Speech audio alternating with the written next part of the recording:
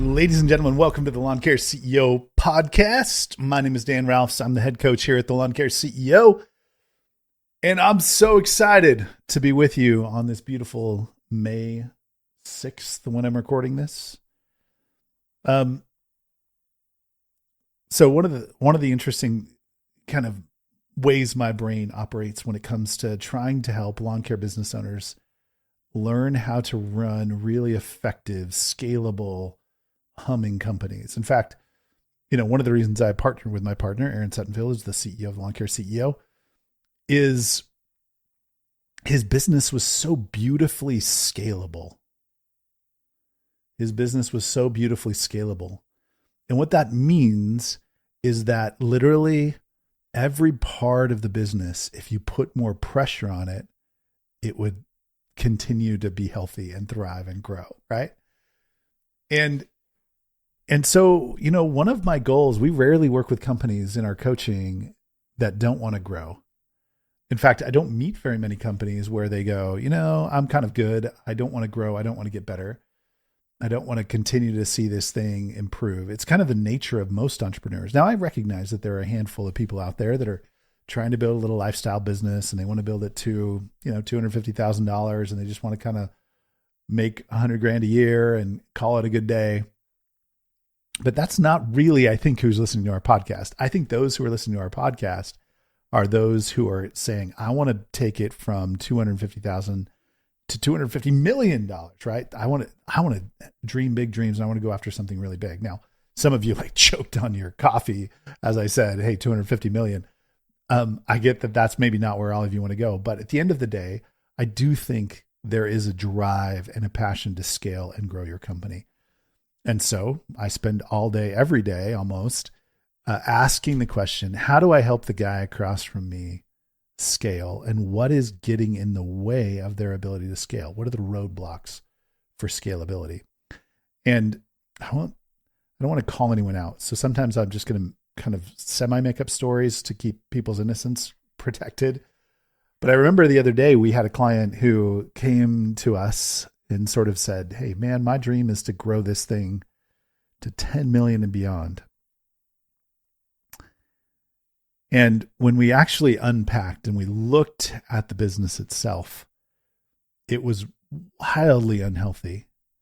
In fact, so unhealthy that when they said, hey, we want to go to 10 million and beyond, we're like, you just better hold your horses. We're hoping we make it through the day, much less make it to 10 million. It's a little like someone walking into your office. Have you ever seen the 600-pound life or something on Discovery Channel? There's that show.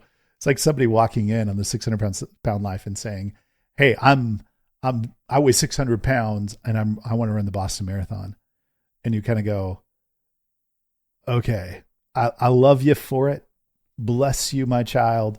But at the end of the day, we've got a lot of work just to get to healthy, much less get to thriving and running marathons and winning marathons, right? And not that, by the way, the 600-pound guy shouldn't have a dream or we should despise or neglect the dream of him chasing down the Boston Marathon. But step one, let's at least honor the fact that there is a step one before we get there. And step one is he's not going to start running. We're going to get him to the point where he can walk a mile or walk 2 miles or whatever. I don't know what 600-pound people do. Does that make sense? And so today, recently, one of our fellow head coaches, Miranda, and we sat down and we were like, all right, how would we assess what would it mean at a very deep level to have someone who was ready for scale? Like, how would we know that all of the T's are dotted and the I's are crossed? And now really what we got to go do is we want to go grow this thing. And by the way, if you're at a point where you're really healthy and ready for scale and you don't want to grow, do you know what you are? Well, you're somebody with a lot of time on your hands who has a lot of money on their hands. So healthy is great no matter what, but it's required that we're healthy. So again, step one, 600-pound guy, even if you don't want to run a marathon, even if you don't want to go scale up this thing, we at least want to get to healthy because healthy feels good. You have more time and money, you feel more free. Well, the same thing for business. Okay. So I recognize, again, not everyone wants to scale and grow a big $10 million company, but regardless of who you are, you should want to get to the point where you're healthy enough to, where you would have the option to. And I remember there have been a lot of times where guys at a conference or whatever, I'll be chatting with a lawn care business owner and they kind of say, yeah, I don't want to grow this thing. What they're really saying is, there's no way I want to run a marathon. I can barely walk up the stairs. And I go, well, just hang on. Just hang on. Because once you're skipping up the stairs, maybe the marathon will actually sound sort of appealing. And if we were able, in the same way that as a business owner, once we get to the point where you are able to be healthy as a business owner, that then all of a sudden, maybe we want to grow this thing once I'm healthy. So again, we're going to take this in stages. Today, I want to share with you. So when Miranda and I got together, we crafted, we're hosting an event. By the way, probably not too late to attend. It's actually next week. Date is May 15th in Huntsville, Alabama. We're hosting in partnership with Harrell's. I'm wearing their hat. In partnership with Harrell's, we're hosting an event to kind of coach some of these principles. It's a day-long event, free of charge, by the way. It's a killer event. I often will tell Harrell's, our partner, I'm like, we could probably charge, $1,500, $1,200, $1,000 for this event and feel great about it, but they want to give it away for free. Anyway, moral of the story, we're having this event. We're putting it together. We're putting together the event. And as a part of the event, we wanted to give an assessment to try to get a feel for where everyone in the audience is, so that as we're training and teaching and coaching, we have at least some sense of, do we have healthy companies or do we have unhealthy companies? Do we have scalable companies? Or do we have not scalable companies, so that we can kind of adjust our content? So long story short, Miranda and I sat together and we wrote, let me see on the list. We wrote 161 questions down that we said, these are all questions that we might want to know from a business owner to know and assess whether or not they're healthy. That's how nerdy we are. We're so stinking nerdy when it comes to trying to dig in and understand the details of what it really means to be a healthy, scalable business. Okay. So from the 161 questions, we narrowed it down, I think, to 52 questions. Might be 53, but I think it's 52 questions. And so I thought it'd be a useful podcast, a good use of our time, for us to walk through these questions. And as a lawn care business owner, for you to, or a business leader in the lawn care business, for you to kind of do a little self-assessment, either to go, yep, check, we're good there, we're good there. And then possibly to find a few areas where you go, that's not scalable yet. There's some area, that's an area we might want to work. Now, I recognize there's a distinct possibility that for some of you, and I still love you, man. You can still go to heaven. Don't feel bad about yourself.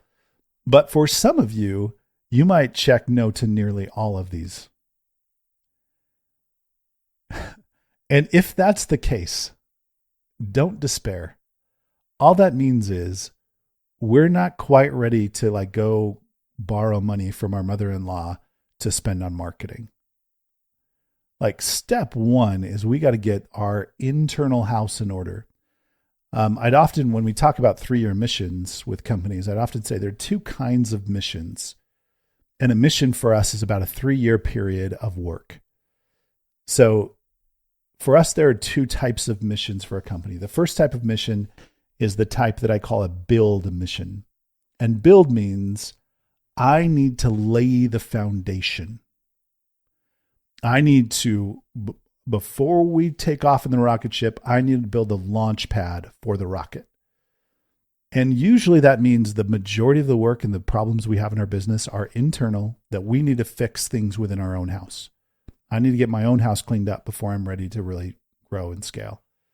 The second type of mission I call a scale mission, which is, man, we're ready to rock and roll. Bring on the customers, bring on the growth. We're ready. And in the build mission, the primary focus is internal, operational systems, etc. In the scale mission, the primary focus is external: marketing, advertising, partnership, business development, etc. Okay. And so all this assessment is meant to do is it's meant to show me which side of the line I'm on. Am I on the side that says, hey, I need to spend more of my external time, my discretionary time and money should be spent on fixing what's happening internally? And by the way, we're going to give you a big long list of possible things you might want to spend time on. And then, or part two is, am I ready to scale? Do I need to spend the majority of my discretionary time and money on marketing, sales, etc.? Okay. So, we'll try to get this done in not too long a time. It's 52 questions. We're going to work through question by question to try to give you a sense of what they mean, why we care about them, and we'll move forward on that. Now, I haven't prepped this, but if you want a copy of these questions, just shoot an email to info@ceocoach.biz, info@ceocoach.biz, and we'll send you a copy of the questions so that you can have a live version that you can put on your desk and make yourself feel bad about yourself. Okay, so if you want a copy, info@ceocoach.biz, and we'll send you a copy of the questions. Okay. The questions are broken down into 6 areas. We call these our 6 core business systems. Area number 1 is financial. Area number 2 is customer journey. Area number 3 is production. Area number 4, sales marketing. Area number 5, team, HR, etc. And then area number 6 is leadership. So these are what I call my 6 core business systems, and I'll take them one at a time. Ready? Question number 1 is in the financial area. And the reason we start with financial, by the way, is because at the end of the day, if we're not healthy financially, we're not healthy. Like, hard stop. If we're losing money, if we're in debt, if we're feeling the stress and pain of day to day just making the bills barely, don't pour more fire onto that. If our business feels more like a headache and a problem, let's not scale a headache and problem, especially if it's a financial one. Okay. Question number 1. Do you, and these are all yes and no questions, or yes, in that area I'm ready to scale, or no, in that area I'm not ready to scale. Okay. Question number 1. Do you review a monthly profit and loss report that is categorized in a way that you understand?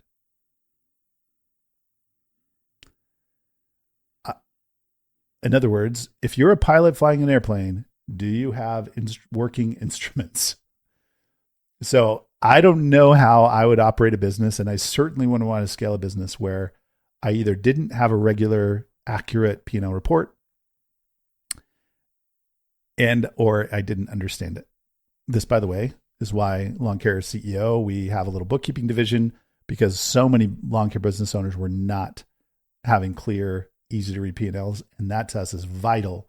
So we're like, listen, come to us. We'll take care of it. We'll make sure that that's accurate. A little tease for our next podcast. We're actually having Jennifer on, who's our CFO consultant, and we're going to do a podcast with her next week. Number 1, do you have a monthly profit and loss report that is categorized in a way you understand? Number 2, do you have at least 2 months of operating expenses, i.e. all expenses minus direct labor and materials, in the bank cash? So our recommendation is, before we really are ready to take off and we start spending more and more, we want to make sure we have a nice little war chest ready to go. 2 months of operating expenses. Question 3, is your field labor and material below 50% of revenue, i.e. we call it our cost of goods? Is your cost of goods below 50% of revenue, ideally around 35 to 40%? And by the way, if you don't know, then the answer is no. Okay. So if you don't know, mark no anyway, because you're not ready to scale until we really understand the cost of goods number. This and the next question kind of dial in on, do I have a product that if I sell it, one, I can fulfill it at a price where we will be profitable at scale? Okay. We'll be profitable at scale. Number 1 is your field. So repeat that. Is your field labor and material cost of goods below 50% revenue? Number 4, Do you have a consistent, well thought out pricing structure that allows you to keep your field labor and material within a healthy range? So if your cost of goods below 50%, is that accidental or intentional? And so we want to make sure we understand why that's happening so that we can replicate it again and again. And that usually is related to our pricing structure to make sure that we're healthy. Question 5. I don't have these questions numbered on my sheet in front of me, so I may not keep giving the numbers. But number 5, at the end of the year, is your net profit greater than 14%? This was a funny one. 14. We were trying to draw a line to say yes. If yes, then scalable. If no, then not. 14% was the number we wrote. We know that this is highly variable. If you really know what you're doing, that's a difficult number to draw a line in the sand of. But I feel like the majority of companies where I look at their numbers and I go, yeah, they're ready to scale. Usually 14% is a number that is totally reasonable. And really, and probably anything above that is good to great. Anything below that, I'm starting to go, ooh, I'm curious to know more to make sure that we're not in a dangerous spot. And so at the end of the day, if we're ready for scale financially, or we need to have a profitability that's solid. And so 14% was my number. Fight me on it. I don't know, somewhere around there. Next, are financial decisions driven by a budget? Do you have an annual operating budget, and are you following it? Next, do you have a line of credit or credit card bill that is not paid off by the end of the month? By the way, this is speaking again to, are we profitable and healthy, and do we have a smart cash flow process through the year? Now, some of you might argue a little bit with me to say there are seasons where I have a line of credit and I'm carrying that line of credit. I'm fine with that if it's intentional and strategic and it fits within our annual operating budget. I'll forgive you on that, and you can still say yes.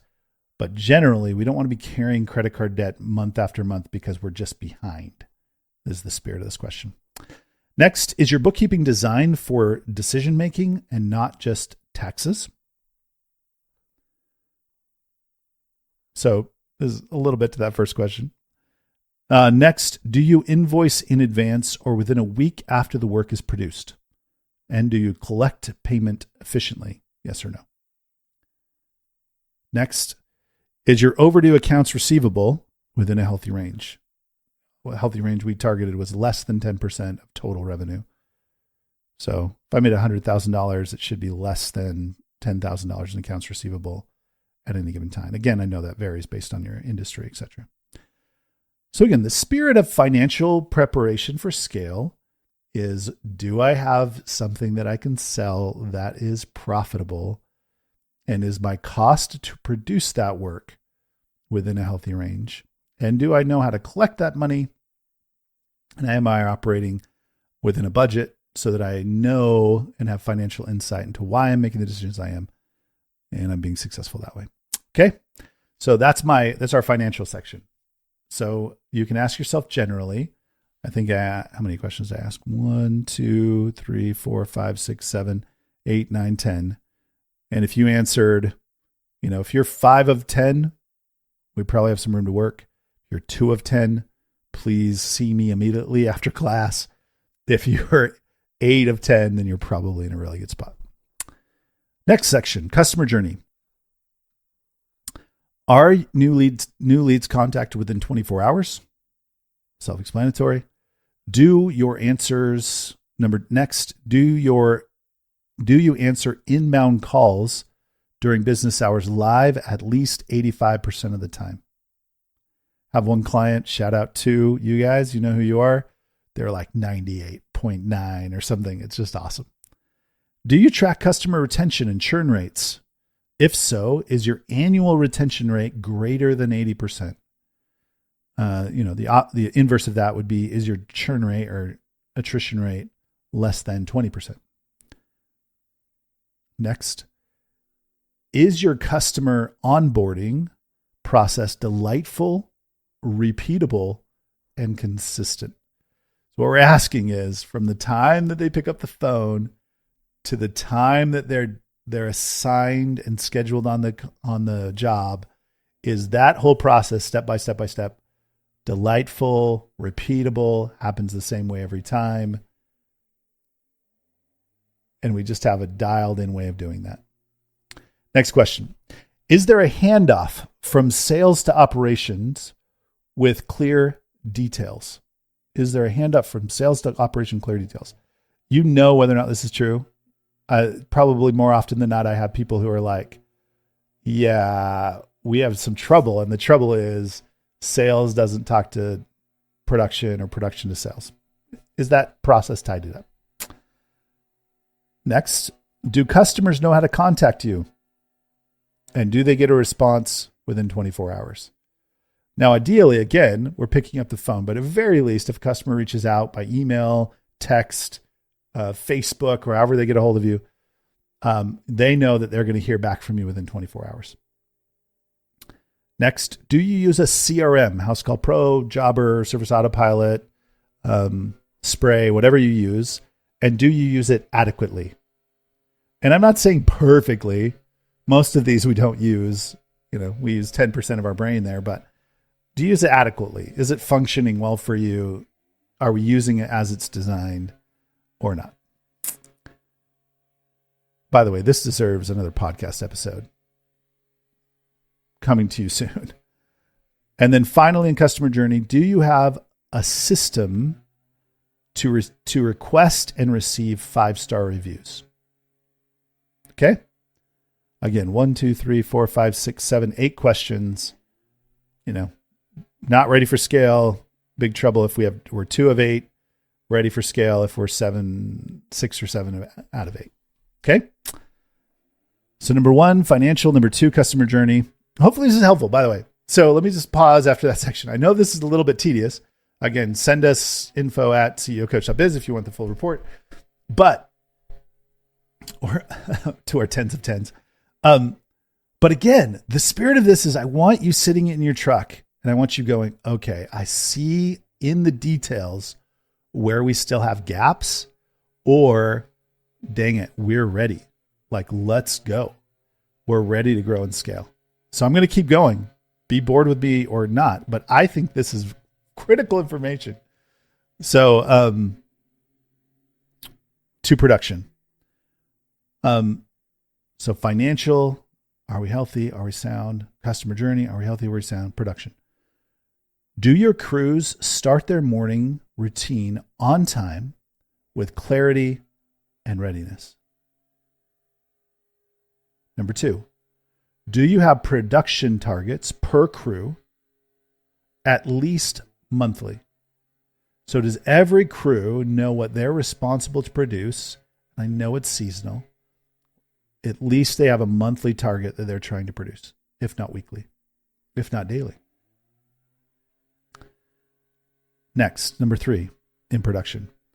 Do you have a way of tracking production efficiency? So there are a lot of different ways, and we can talk about this later, but a lot of different ways to track production efficiency, either budgeted versus actual time, production efficiency percentage, labor as a percentage of revenue. All are different ways that we track production efficiency. And is, assuming you track it, is it within a healthy range is kind of the question. And so you can say yes or no. Do I track it? If no, then the answer is no. And then second, is it within a healthy range? By the way, periodically, don't feel bad. Like sometimes we turn on the tracking and it's actually healthy. Okay. Next, are route densities optimized to reduce windshield time? So are we scheduling effectively? Number 3, do you track rework or callbacks? And is that within a healthy range? So essentially, like in production, when I think about healthy, I think about kind of 3 things. Thing number 1, are we producing quantity? Are we producing quality? And are we producing efficiently? So quality, quantity, efficiency are the 3 things that I'm thinking about when I'm thinking about production, health, and scalability. Next, under production, is there a system for reporting equipment issues promptly? Next, are your route sheets clear, accurate, and easy to follow? Next, do you have consistent production quality, i.e. we do good work consistently? And next, do you have a great vendor or vendors who help you make good decisions about how to be successful? I was thinking about this recently. Like, one of the things that I think we may underestimate as leaders is the need to find, especially young entrepreneurs, need to find trusted partners, a bookkeeper, a product vendor, maybe an attorney if needed. We need to find a really great mentor or coaches. We need to find a peer group. It's oftentimes how good we surround ourselves with people outside of our circle that allow us to be successful in our little business. Because the truth is, when you're wearing all the hats, you just simply can't wear all the hats as effectively as you want to. So in this case, do you have a great vendor who, when you go to that vendor, they give you help and support and they coach you through things? I heard of one vendor, which Aaron tells a story actually. Aaron tells a story when it was time for him to go learn how to do irrigation, and he had no clue how to do irrigation. He just knew he needed to do it. And he showed up at the irrigation vendor shop and he said, I don't like your business. I don't know how to do irrigation. Can you help me? And I'll come buy my stuff from you. And literally the guy said, all right, book your first job. I'll come out and do it with you and I'll show you how to do it. I mean, how good a vendor is that, right? Like, that's the kind of vendors that we want to build a relationship with. And so do you have a great relationship with that guy, at very least for production? Okay. Again, 1, 2, 3, 4, 5, 6, 7, 8, 9 questions. I don't know if you're keeping track at home. I'm realizing it might be hard to keep track at home. Next category is sales and marketing. Are we ready for scale in the sales and marketing arena? Number 1, do you have a system for upselling or cross-selling to existing customers? Number 2, is every estimate followed up with at least 3 touch points? Hopefully it's automated, by the way, with Sierra. Number 3, do you know how many leads you got last week? I love that question. Some of you don't know, and I'm not making fun of you, I promise. Well, actually, maybe a little bit. It's a great question. You should know how many leads you got last week. Do you know your close rate from lead to sold, and is it greater than 40%? I think just about everyone that I think does this well is at least north of 40. Like 40 would be like a C, like a passing grade, 40 plus. A B would be like a 50, and then anything 60 plus is an A plus, right? So there's a little bit of a range there, but not ready for scale unless it's at least 40. Are your estimates sent promptly?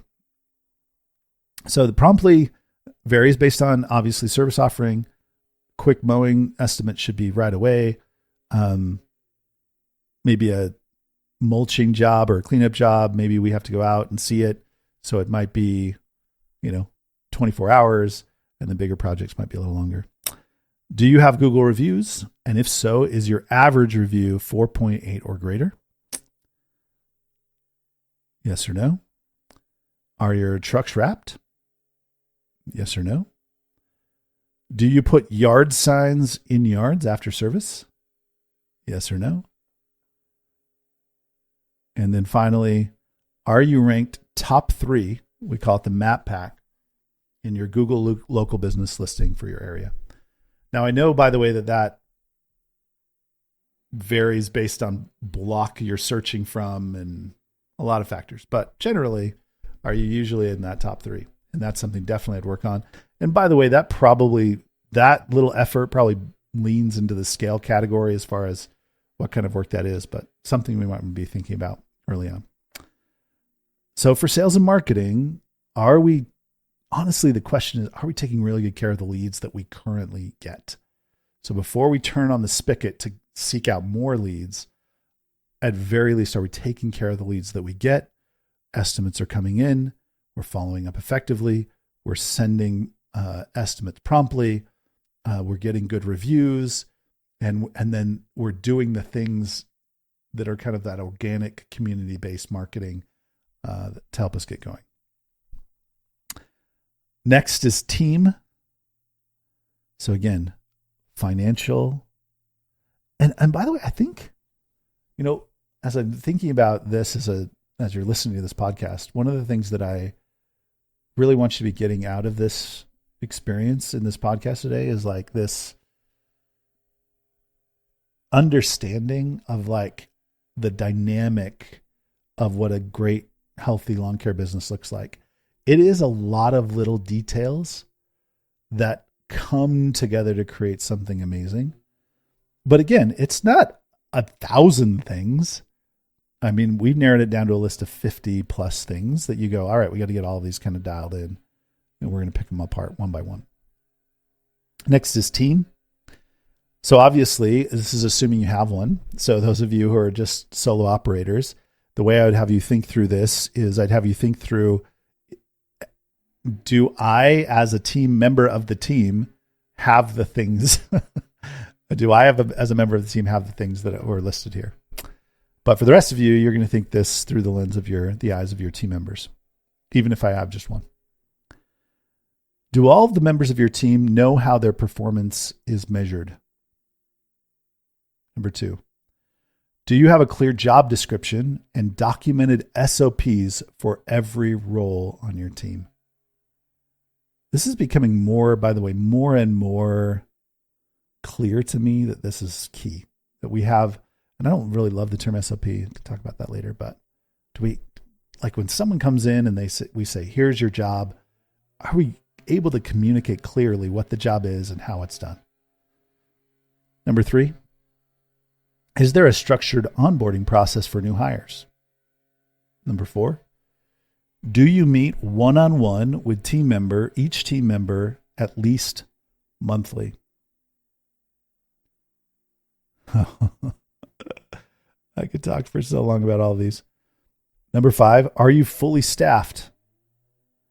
Right? Fully staffed is probably the lagging metric of we retain employees, we hire well, right? Number 6, do you offer competitive pay and or other benefits that allow you to be competitive in your market? Number 7, do you have any contractors or 1099 employees that are 1099 contractors that are actually employees?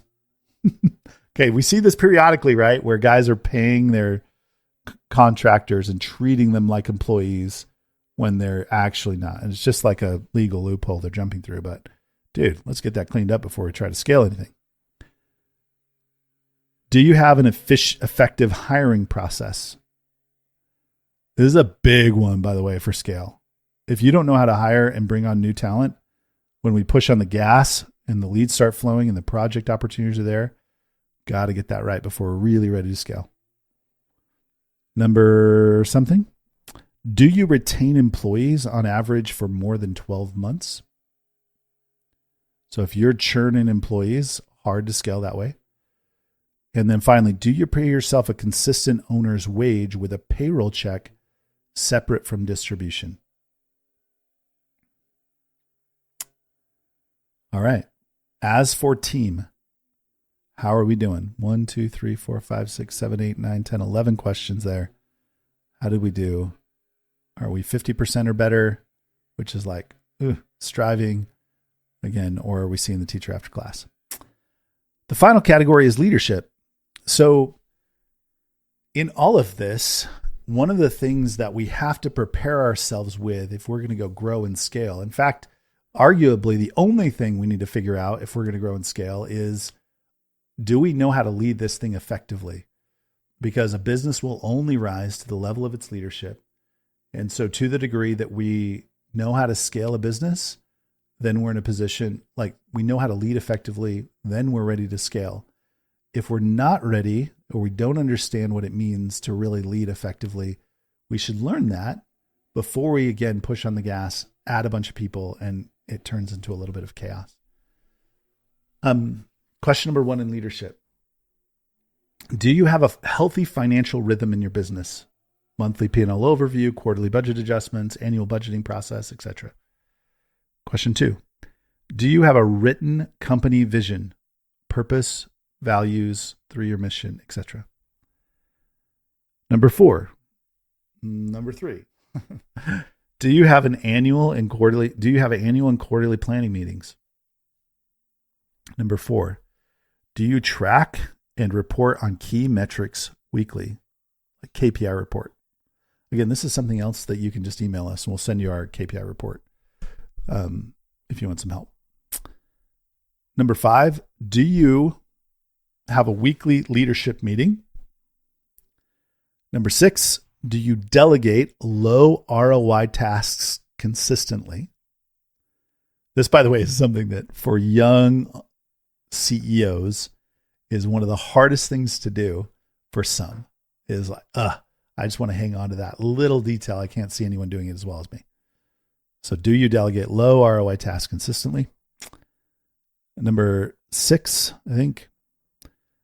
Do you have personal habits that protect your energy and mindset? Just grinning, letting you pause and ponder that. I know it seems impossible, but leaders need to be in a position where they are strong both emotionally, mentally, spiritually, before they, again, try to grow a big company. And by the way, it's really consistent. The companies that I see preparing for scale and going through this build process, they often will correct, improve, get better at themselves. Okay? So I've seen people give up alcohol. I've seen people go back to church. I've seen people start at the gym or whatever version of I need to get myself renewed and ready to take on every day is something that has to happen in order for you to be ready for scale. Number 8, 7, 8, somewhere in there. Do you have a business coach or a mentor you meet with regularly? That one was that was just a little self-serving, right? But it's true. Like most companies who really make the leap. I was talking to a friend of mine who's built a very successful service-based company and that he eventually sold. And he said, yeah, it didn't really turn for us until we started getting coaching. And I know that's self-serving, but we're in this industry for a reason. All right. And then finally, do you have the right people in the right seats in your company? Culture fit, role fit. So one of my jobs as leader is to build a team where I feel like, man, I got the right people in the right seats and we're ready to scale. All right. So that's the assessment. 52 questions. Again, I probably, maybe we'll put, anyway, figure out a way for now. Just email me if there's not something in the description that allows you to download this. But does that make sense? And so the energy I want, again, just to leave with you as we wrap up this podcast is this idea. Listen, before you go spend money with that marketing agency, before you go like really put your foot on the gas, before you think sell, like, can we get our house in order first? And by the way, it doesn't mean that we don't continue to sell. It doesn't mean we don't advertise. It doesn't mean any of that. But it means that during this phase, we prioritize cleaning up the internal system so that when we do start to scale, when we do start to grow, we're ready. And it doesn't feel that level of burden and suffering that some of you may be feeling right now, where you probably outgrew the system that you built. And when we outgrow the system, when we outgrow when we just outgrow what we've built and the foundation that we've laid, it becomes really painful. And I know I'm being a little bit preachy, but this is what we see all the time is we see businesses where we go, slow down. I had a mentor once that used to say, go slow to go fast. And that's kind of what I feel, because if you do build a scalable business and you do have profit and you do have time, because this is a game where the person with the most time and money wins, man. Like, good luck competing with me if I have more time and money than you. Good luck. And so the way everything I've just listed, all 52 questions, are all me saying in one form or another, get more time and money. Get more time and money. Get more loyalty and retention. Get more automation in your business. Get more clear about your financial health. Get team members who will come and stay and come and thrive. Build rhythms in your business. Build rhythms in your personal life that are sustainable over the long haul. In other words, build a great business first. Then build one that will scale. Now, one of the phenomena that I've seen over time is that when people get really committed and focused around building a scalable business, their business grows inevitably. When you put things in place like, hey, I track regularly my KPIs. It's such a simple thing that we do for clients that we work with. But there's a saying that says that which is measured improves, that which is measured and reported improves dramatically, that which is measured and reported publicly improves exponentially. By the way, I apologize, I don't have the author off the top of my head who said that. Google it. But so that simple little piece of tracking regular metrics, for example, moves the needle, makes me more profitable, gives me more time and money. The simple little piece of knowing my numbers, being able to read a profit and loss report and know where I stand, I've seen that have transformational effect on a business leader, where when they understand, oh, my cost of goods needs to be around 40%, holy, and it's around 68, holy, we gotta go figure that out. I almost wanted to say to him when I heard that, stop selling, right? Like almost as if, it's like a bar rescue or it's kitchen nightmares with Dave, what's his name? Not Dave Ramsey. Gordon Ramsay, kitchen nightmares with Gordon Ramsay, where he's like, shut down the kitchen. We're not taking any more clients. Shut down the kitchen. Like he's yelling at the customers. He's kicking everyone out. Like sometimes I feel that way. It's like, we have cockroaches in the stew. Like, please stop eating it. So in some ways, right? Like there are things that make us go, whoa, whoa, whoa, whoa, whoa. And we got to fix those things immediately. And if you're in the thick of the business, right? If you're in the forest and you can't see the forest from the trees, sometimes it's really hard to know. I know it's not right. I know it's broken. I know, like, where do I even begin? And by the way, my simple answer is know your numbers. Begin with that. Begin there at very least. But if you have trouble with that, please come talk to us because we would love to help you with that. So again, are you ready for scale? If not, check out this kind of long list of questions I've just listed to you. Listen to this podcast several times, actually take out your notes, say yes or no, take the assessment, or info@ceocoach.biz, come take the assessment. And the function of that assessment is, one, it's going to help you circle some areas where you need to improve. Two, it's going to help you identify, am I in the build mission phase or am I in the scale mission phase? Don't feel bad if you're in the build mission phase. Most companies are. By the way, if you are in the scale mission phase, good on you.